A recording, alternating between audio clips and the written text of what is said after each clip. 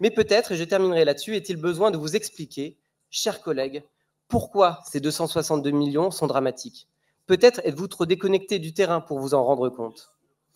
Ces 262 millions d'euros se font sur le dos des 370 enfants confiés par le juge qui attend une solution de votre part. C'est choquant. Ces 262 millions d'euros se font sur le dos des personnes à la rue en Alsace. Avec cet argent, vous pourriez financer 4000 places d'hébergement d'urgence pendant 10 ans.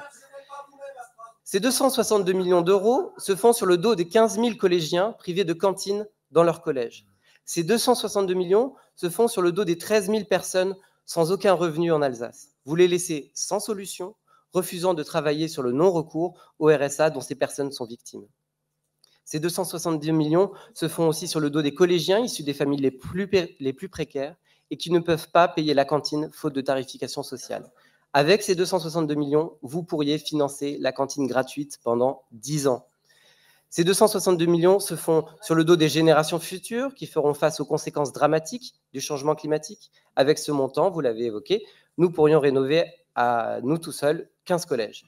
Ils se font aussi sur le dos de toutes nos agences du réseau d'ingénierie, à qui vous avez retiré 5% du budget. Ils se font sur le dos des Dominicains de Guebwiller, qui risquent de fermer à l'automne.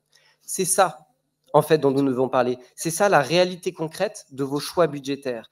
C'est ça le coût humain et écologique de votre gestion comptable. Alors sincèrement, retournez sur le terrain, rendez-vous compte des besoins qu'il y a. Alors qu'on va préparer bientôt le budget 2024, je vous propose d'avoir réellement de l'ambition pour l'Alsace, de renouer avec la grande et belle histoire de l'Alsace, celle de l'humanisme rhénan, de prolonger notre modèle social alsacien que le reste du pays nous envie. Attaquons-nous concrètement aux nombreux chantiers des politiques publiques en souffrance que j'ai pu évoquer et préparons l'avenir. C'est pour cela que nous avons été élus.